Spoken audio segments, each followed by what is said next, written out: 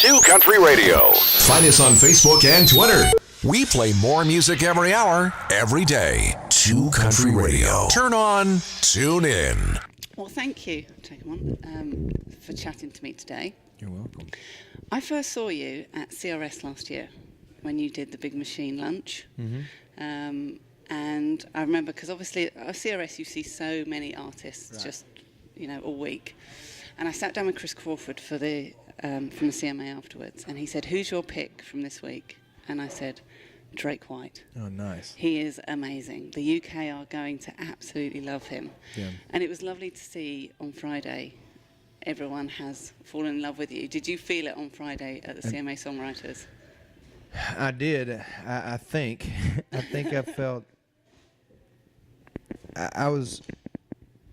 I have an immense respect for everybody that was on the stage, like from Marin to Mac McAnally, and so I was just in awe of them. It was a show for me too, So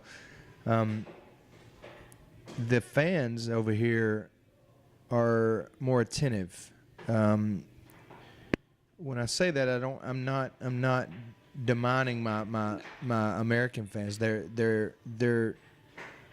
They just enjoy, I don't know. It's more of a reverence to it. So that's what I really took away from the show. And when they were singing the words back, and I just thought, man, I love what's going on here, and I can see it, and I can't wait to keep nurturing this relationship over in the UK and building it and just coming back over and over again and just watching folk and country music, make its mark.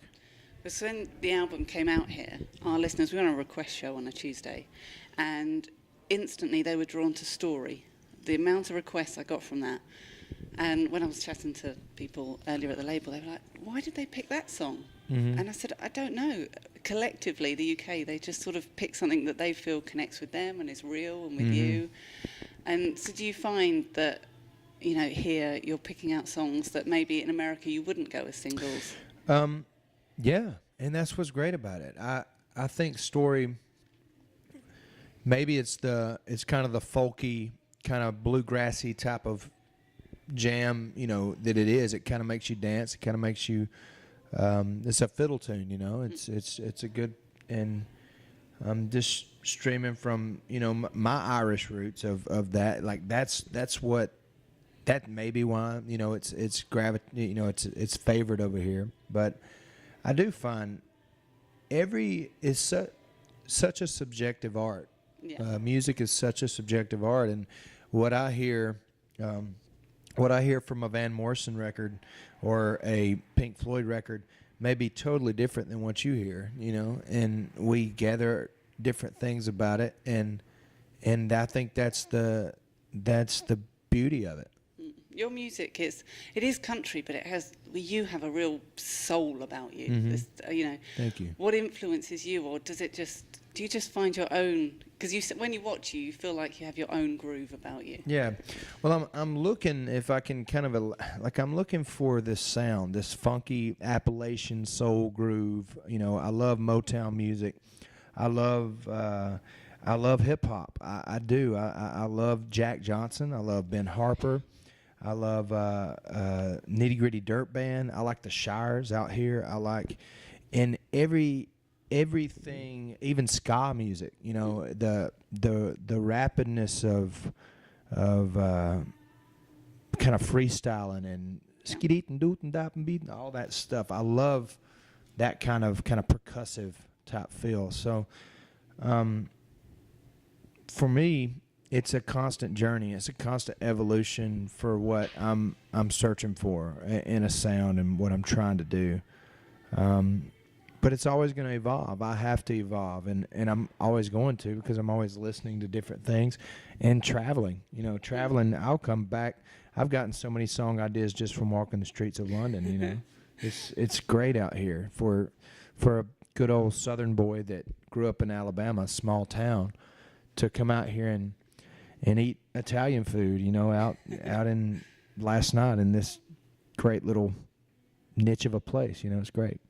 I speak to a lot of people from Big Machine, and it's always about your creativity and your art and things like that. I love that. Do you feel that sort of,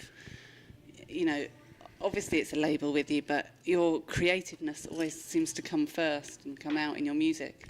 Well, that's why we're here. Yeah. I mean, if you do not have that as your number one priority and you are a singer, songwriter, entertainer, then you're doing yourself and your fans a disservice. Your creativity is where it all stems from. And yes, there's times in life where you have to balance it. Yeah. You might have a kid, or you might need to do a little landscaping in the front yard, or you might, need to pay attention to your marriage, one day a little bit more than, but that music is why God put me on this earth, and everything from the videos that you see to the T-shirts, to the way they feel, to the merch items, to the pins, to the stickers, to the design of the loop on the end of the E on the last part of my name. I obsess about that stuff because that's what I'm doing here. And if you can't, for me, if I can't, I owe it to my fans. I owe it to the people that were before me that were masters of it. From Zeppelin to Jim Croce to Bob Seger to Paul Simon. All these people, I don't know, I owe it to the song, I owe it to history, and I owe it to myself to obsess over those details. And so that's why it's always at the forefront of everything. Good. Now, as you've been here, obviously you did CMA Songwriters and you're doing the after show party. And as I said, the love for you can probably feel already. I think it's going to be like Kip Moore. When he came over, everybody fell in love with him, and it became, he became ours. And I feel that with you already. Everyone has they want more Drake, more Drake, more Drake. Is there, are you going to put UK on your tour schedule? No, are you going to come back and see us done. more? We are totally committed to this part of the world. We're building things right now. I'm getting ideas over here. We're talking to people that book shows over here because it is such a big world, and I can feel the passion in the fans, and I'm going to go. It's amazing how you go where you're wanted, and it's I tell people all the time, if you keep coming, I'll keep coming. If you keep spreading the fire, we'll keep building the fire, and or we'll keep building the fire if you'll keep spreading it, however it goes, So to answer your question, this is the tip of the iceberg, for what we want to accomplish over here. We're over here for a very specific reason, and that's to start a revolution, a movement of great storytelling country music that was born and bred in a small town in Northeast Alabama. And let's get funky, let's get groovy, let's cry, let's laugh, let's become family, and let's make the world a better place, and show everybody the love of God, and show everybody the love of what we do, and maybe they leave that show,